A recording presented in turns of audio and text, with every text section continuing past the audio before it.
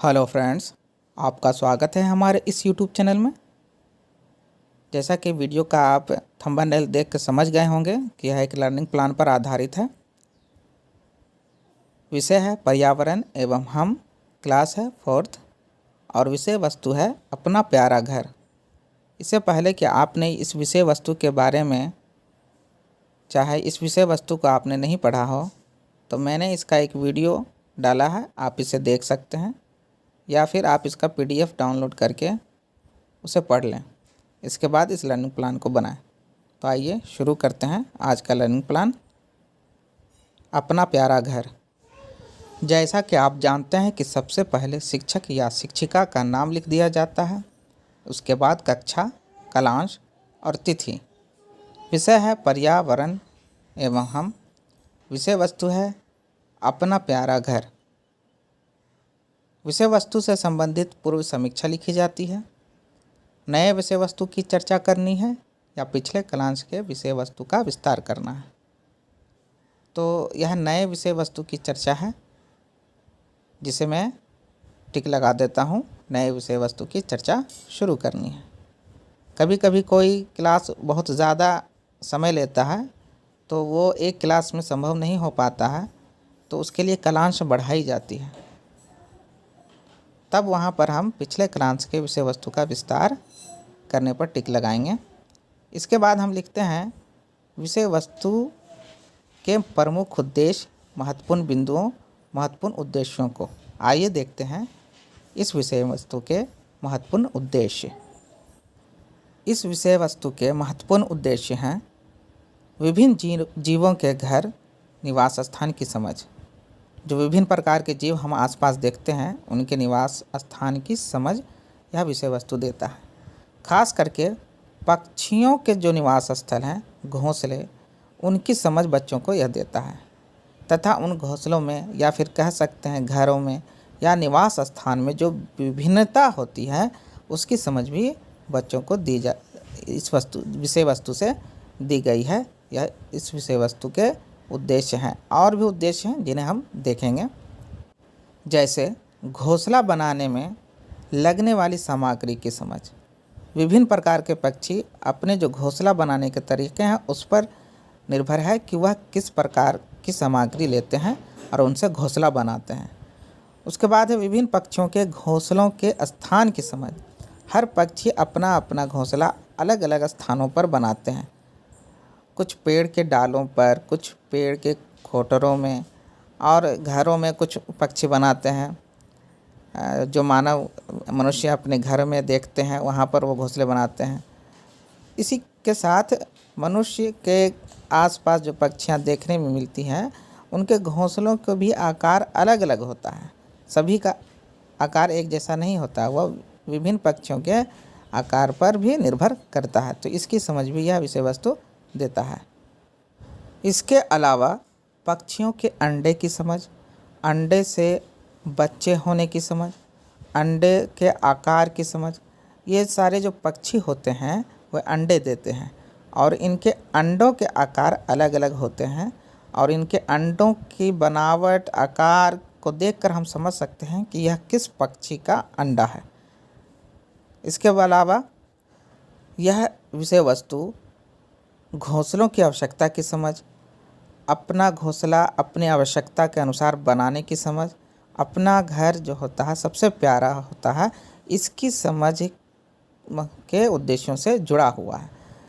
तो हर पक्षी, हर जीव अपनी आवश्यकता के अनुसार ही अपना निवास स्थान या निवास स्थल बनाता है, अपना घर बनाता है।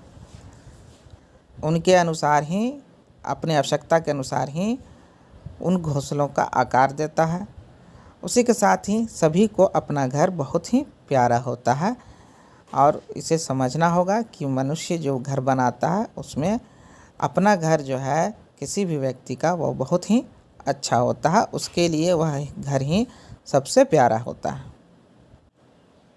तो ये थे इस विषय वस्तु के प्रमुख उद्देश्य।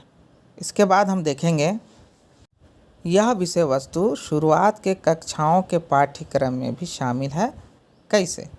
यह विषय वस्तु पहले की कक्षा में इस प्रकार शामिल है कि पहले कक्षा में हम पटना का चिड़ियाघर जो अंकुर अर्थात हिंदी विषय में अंकित है।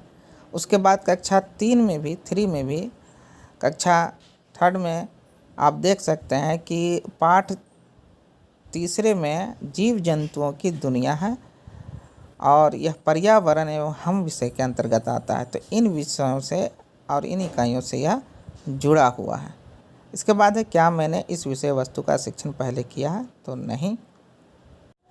अगर आपने इस विषय वस्तु का शिक्षण पहले किया है तो आप यहाँ हाँ भरिएगा। इसके बाद है यह विषय वस्तु इस कक्षा के और किन किन विषयों या इकाइयों से जुड़ा हुआ है?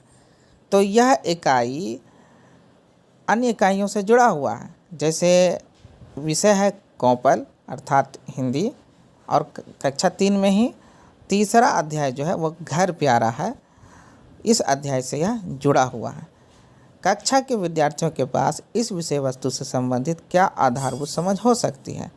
तो हाँ, थोड़ी बहुत आधारभूत समझ हो सकती है और बच्चे इससे अवगत हैं, आसपास के माहौल में इसे देखते भी हैं और पूर्व की कक्षाओं में भी इसका अध्ययन कर चुके हैं। इसके ज्ञान को अब और भी अधिक विस्तार रूप मिलेगा। आइए देखते हैं इस विषय वस्तु का संक्षिप्त विवरण। यह विषय वस्तु बच्चों में विभिन्न जीवों के आवास की समझ पैदा करता है, जिसमें विभिन्न पक्षियों के घोंसलों की समझ को विकसित करता है, साथ ही साथ उसकी आवश्यकता और उपयोगिता की समझ बताता है और उनमें जो विविधता होती है इसकी जानकारी भी देता है। साथ ही साथ और भी यह चीज़ों से जुड़ा हुआ है, जैसे कि एक पक्षी दूसरे पक्षी से सलाह या फिर देखती है, उससे समझती है और अपने घोंसले का भी निर्माण करती है अपने तरीके से। सीखने सिखाने की विधि में हम पठन विधि, व्याख्यान विधि और अभ्यास विधि का प्रयोग करेंगे। इन विधियों का प्रयोग हमने क्यों किया? पठन विधि एक महत्वपूर्ण विधि है जिससे बच्चे शुद्ध पढ़ना और लिखना सीखते हैं, क्योंकि पठन विधि में आप कभी किसी अध्याय को पढ़कर सुनाते हैं या बच्चे उसको पढ़ते हैं और आप उसे सुनते हैं और उनकी गलतियों को सुधारते हैं, सही करते हैं। व्याख्यान विधि, इस महत्वपूर्ण विधि से हम बच्चों में व्याख्या के द्वारा विषय वस्तु का ज्ञान देते हैं और विषय वस्तु के व्याख्या से बच्चों में ज्ञान का विकास करते हैं। अभ्यास विधि, इस विधि से हम क्या करेंगे कि जितने भी अभ्यास प्रश्न हैं उनका हल कराएंगे, जिससे बच्चे अपने ज्ञान में विकास करेंगे। आइए अब देखते हैं योजना। कक्षा का जब संचालन किया जाएगा तो उसके लिए पहले हमें एक योजना तैयार करनी है। अब उस तैयार योजना के आधार पर हम अपने कक्षा का संचालन करेंगे।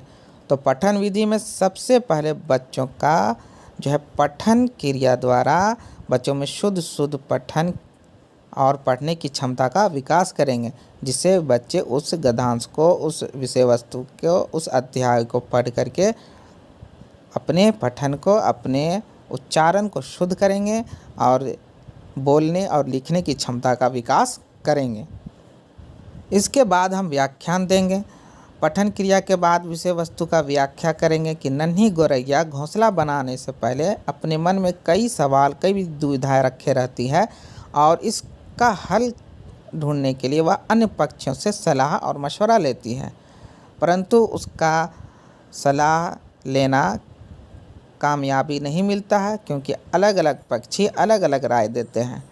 परंतु नीलकंठ उसे राय यह देता है कि अपना घर अपने तरीके से बनाओ। तब नन्ही गौरैया को समझ में बात आ जाती है और अपना घर अपने आवश्यकता, अपने तरीके से वह बनाती है और उसके बाद उसमें अंडा देती है। आइए देखते हैं अभ्यास विधि में। अभ्यास विधि में हम क्या करेंगे कि इस अध्याय में जो अभ्यास प्रश्न है उन प्रश्नों को हल कराएंगे।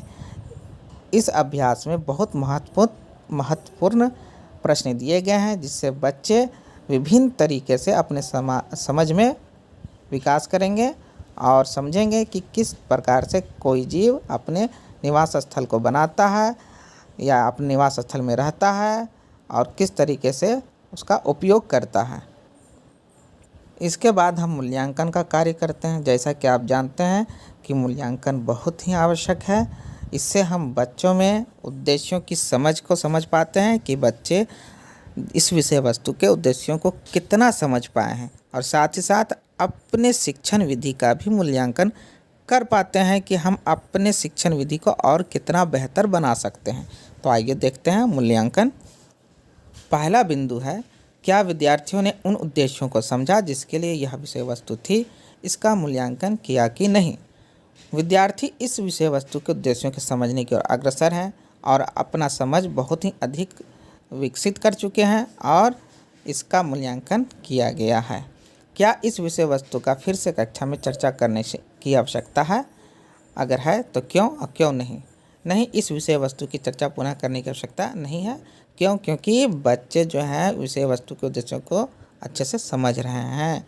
विद्यार्थी द्वारा पूछे गए प्रमुख सवाल क्या थे, उनको यहाँ पर अंकित करेंगे और देखेंगे कि उन सवालों का हल किस प्रकार से किया गया। क्या बच्चों को मौका मिला या नहीं मिला? तो बच्चों को मौका देना है और उनके सवालों का हल करने में मदद भी करना है। तो विद्यार्थियों ने स्वयं उन सवालों का हल करने की कोशिश की, हल किया और एक दूसरे की सहायता भी ली और मैंने भी कुछ सहायता की। सीखने सिखाने की विधि में विभिन्न तरह के संसाधनों का प्रयोग किया गया। उसकी उपयोगिता बहुत अधिक रही, जैसे ब्लैक बोर्ड, चार्ट, डस्टर, चौक, साथ ही साथ ऑनलाइन माध्यम का भी उपयोग किया गया। इस विषय वस्तु को यदि दोबारा पढ़ाना हो तो मैं क्या क्या बदलाव करना चाहूँगा। तो फिलहाल मैं सीखने सिखाने की योजना में कोई भी बदलाव नहीं करना चाहता हूँ, और इसमें जो भी दुविधा है, मन में जो भी सवाल है, अगर उन्हें मेंटर से चर्चा करने की आवश्यकता है तो आप यहाँ पर अंकित करें। कोई अन्य टिप्पणी हो तब यहाँ पर अंकित करें। इसी के साथ हमारा यह वीडियो समाप्त होता है। अगर हमारा वीडियो आपको पसंद आता हो, आप हमारे चैनल पर नए हो तो प्लीज़ सब्सक्राइब करें और लाइक करें, शेयर करें। धन्यवाद।